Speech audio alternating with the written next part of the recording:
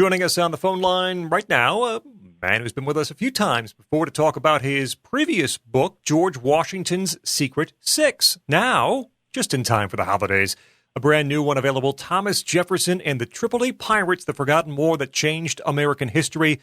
You know him from Fox and Friends, too. It's Brian Kilmeade. Brian, good morning to you. Hey, thanks so much for having me on. Appreciate you coming back. If I recall correctly, when we talked to you about George Washington's Secret Six, we asked you about another book in the pipeline, because when you talk about this kind of historical information, there are a lot of avenues to go on. So how long in the works was this new book? About 3.5 years. So we were kind of researching it and trying to blitz it and make sure there was something there. And then when we saw the rise of ISIS and saw the relevance with Al-Qaeda in the news, I thought, well, people not only will like this history, but it relates so much to today. And that's why I think people are into it. I know we are fundamentally patriotic as a country, much more than you would we are led to believe. But I also think that you could find out that if Thomas Jefferson wrestled with the same problem as Barack Obama and John Adams and George Bush, it's game on. Take us back, if you would, people who do not have a real handle on what we're talking about here, the Tripoli Pirates, the war. Take us through that quickly, if you would. I mean, what we really have is a situation where we're just standing up on our feet. We're done with the war of 1783. We do not have a constitution. We have Articles of Confederation and Declaration of Independence and a lot of war debt.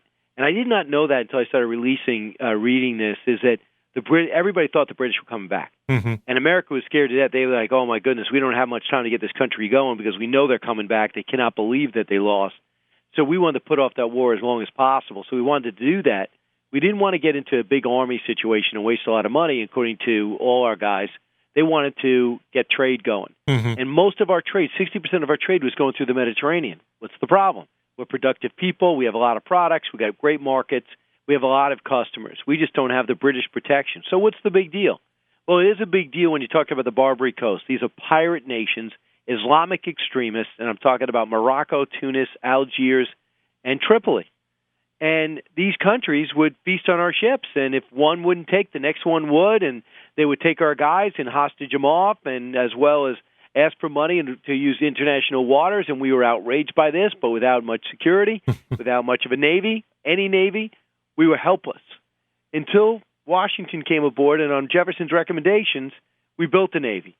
We cut a deal, but we knew they were going to go back on the deal. We built the Navy, and the whole thing was, you see through Jefferson and John Adams' eyes and Benjamin Franklin, you see how befuddled they are by the Islamic extremist philosophy, how it does not resonate with Americans, how religion is important to us, but it doesn't give us the right to kill people.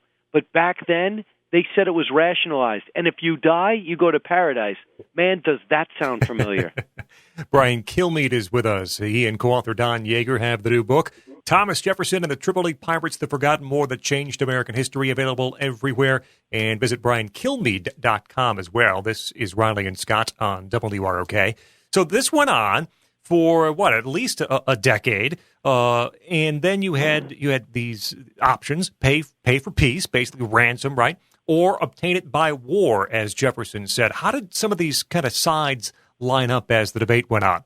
Well, number one, thanks for reading it, because I think like when you read it, you understand another reason to be proud of America. But you also see the fact that we wrote the checks because we didn't have the army. They were so concerned about a standing army taking over our elected government that we just disarmed. Much like World War II and World War I, we had nothing when the war started. We had to do it in the middle of the war. We had to convert all our factories. Now, all of a sudden, we're converting. All these states are asked to spread out 6 contracts and make 6 frigates and get ready.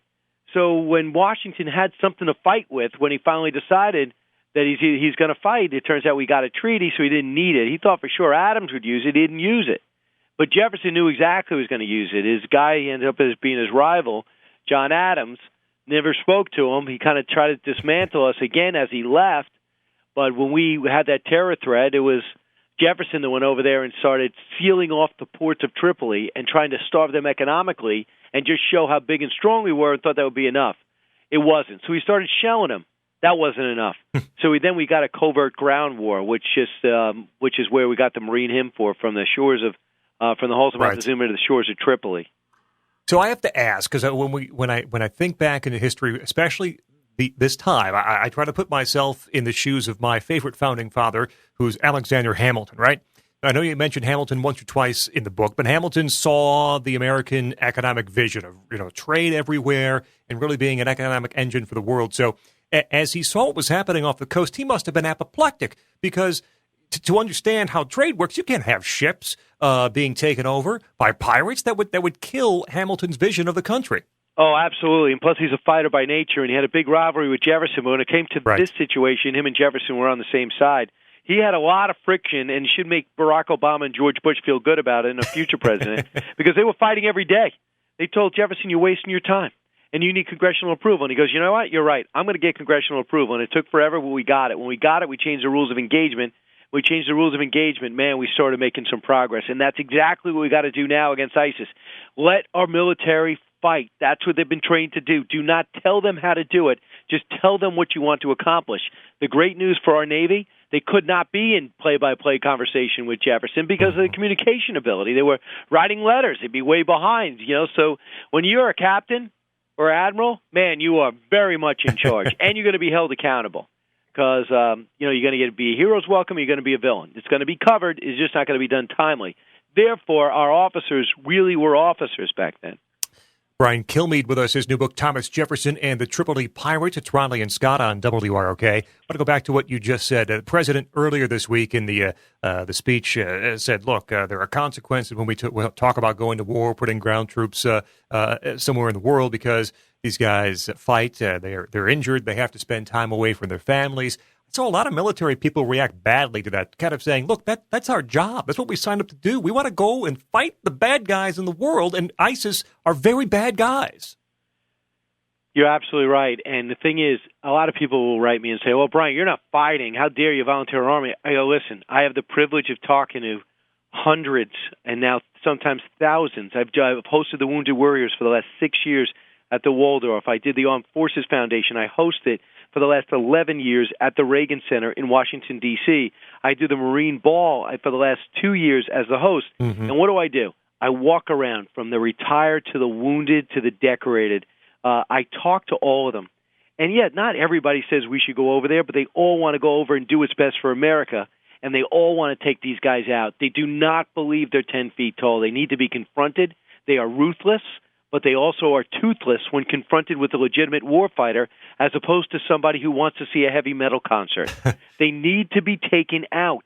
Jefferson knew it. We have transcripts, as you know, since you looked at the book, from Richard O'Brien when he was prisoner. It says, it seems to me that, aren't we, what's going to take to rouse our country, William Eaton says.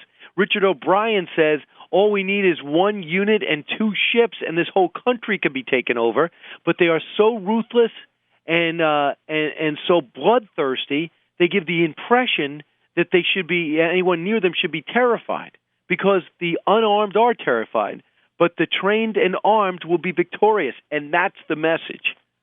Brian Kilmeade with us, the new book, Thomas Jefferson and the Tripoli Pirates. It's Riley and Scott on WROK. Of course, know Brian from Fox and Friends, and his work with the last book, too, George Washington's Secret Six.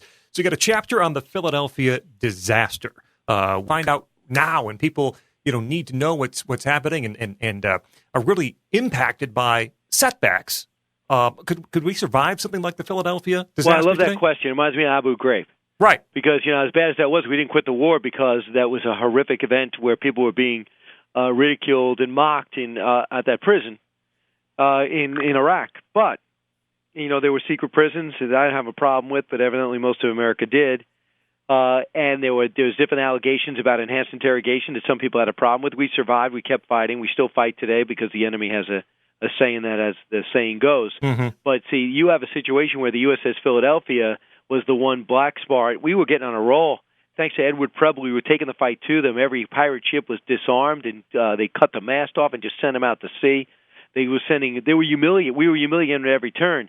The USS Philadelphia gets caught on with something in the bottom of the port, and next thing you know, that they're taken over. 303 Americans are taken hostage, and the ship is taken and now part of the Tripolitan Navy. So it's a scandal. By the time they get word of it, we had already staged a secret mission and blew it up, killing 23 Tripolitans in the process. Now we'd call them Libyans. We look at the cast of characters, and people pick up the book and begin to get through it. Jefferson's certainly a hero in this story. Who are the other heroes of this story that really help? I love that question because people might buy it for Jefferson, but and when you close it, you're going to be thinking about Stephen Decatur, Richard O'Brien. You're going to be thinking about of Captain Dale, and you're going to be thinking of William Eaton most of all. He's probably my favorite character. And real quick, just to give you a profile of how special some Americans are that are now buried in our past with their grave, and they should be rectified and brought back up into the history books. William Eaton joined the Revolution at 15, rejoined it after he got sick, and came back at 17. He went to Dartmouth and then trained under General Mad Anthony. He was an ambassador to Tunis, and he came up with this covert plan to replace the enemy of America, the leader of Tripoli, now known as Libya, with his brother, the rightful heir. So he dug him out of Egypt, convinced him to go and fight to get his throne back, took his guys, took a bunch of mercenaries and a handful of Marines, went 500 miles through the desert, and took the city of Derna in 2.5 hours. This is stuff of military legend. This guy, William Eaton, wanted to take Benghazi and then Tripoli. If you gave him a week, he would have done it, but they wouldn't let him finish the job. And he was so distraught about that, sadly, he ended up drinking himself into an early grave. Another great American. Yeah. Another mission that was pulled up short in 1805, where Madison had to go back in 1815 and win it for good. Amazing stories. You can tell by the way Brian tells them. He is passionate and knowledgeable about everything involved. Thomas Jefferson and the Tripoli Pirates, the Forgotten War that changed American history. Brian Kilmeade, Don Yeager, the co-authors. BrianKilmeade.com. The book certainly at Amazon.com and other fine bookstores. And as I mentioned earlier, just in time for the holiday season. Brian, thanks so much for the work. I really enjoyed both books and for the time today, too. Absolutely, and thanks so much. And if anybody wants it and knows they can't get to New York to meet me or any of my signings, if you go to BrianKilmeade.com, I can personalize it at my bookstore and send it to you.